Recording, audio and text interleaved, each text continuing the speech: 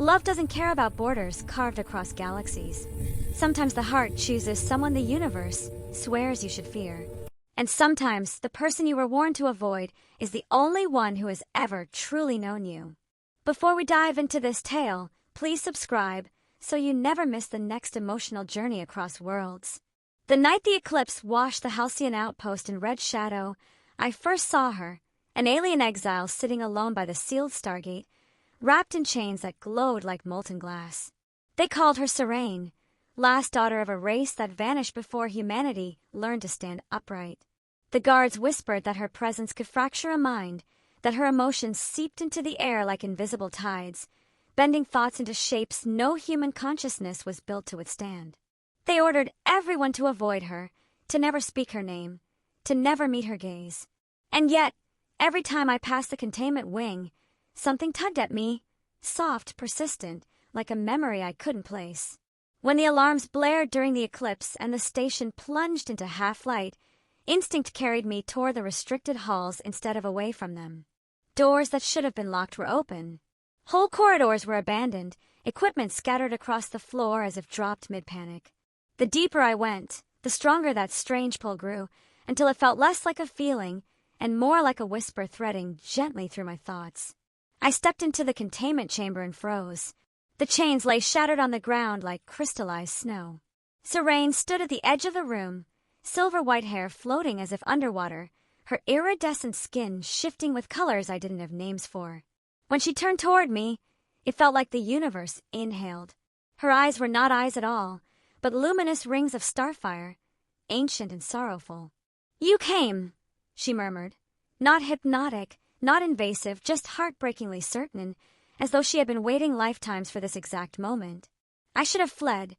Instead, I whispered her name without knowing how I knew it.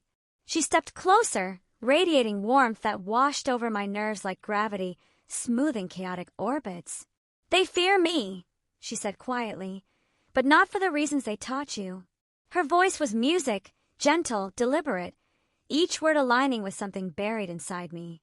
She reached out, hovering her hand near my face, not touching, merely waiting. "Do you feel it?" she asked. I did. A distant echo. A tremor of familiarity I couldn't explain. She whispered that long ago, when my escape pod drifted through a collapsing wormfold, she was the one who pulled my infant consciousness back from the brink. She was the one who shielded my mind with hers. She was the one who tethered a fragment of her essence to my fading life. And in the process, our souls had brushed, leaving a bond that never severed, only slept. My knees nearly buckled as forgotten impressions resurfaced. A warm glow, a humming presence, gentle shapes lifting me from fire.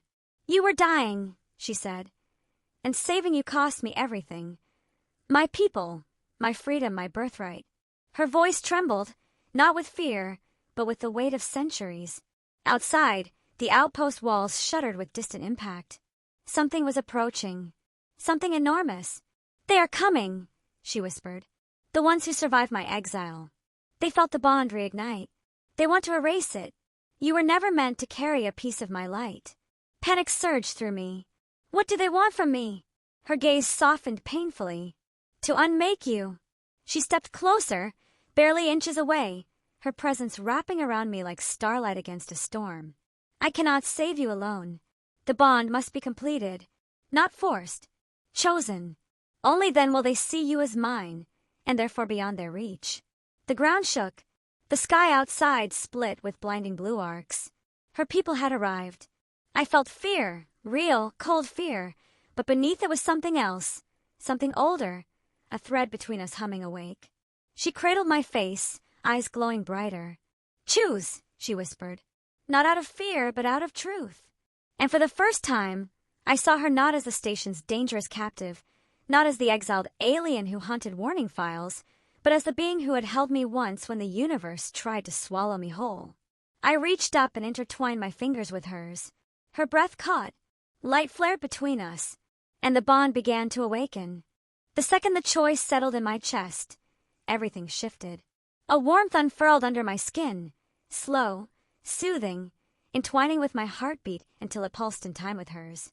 The chamber walls dissolved into spirals of color as her consciousness brushed against mine, not overpowering, not consuming, but weaving itself alongside my thoughts like two melodies merging into one symphony.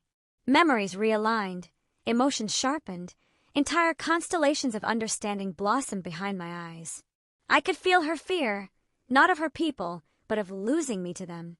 I could feel her hope, trembling and fragile after centuries of regret. And beneath it all, an affection she had tried to bury but could never extinguish because parts of me had always belonged to her. When the bond sealed, the outpost lights snapped back on in a blinding surge. Through the viewing panels, a colossal vessel descended, curved like the wing of a celestial creature, shimmering with impossible geometry.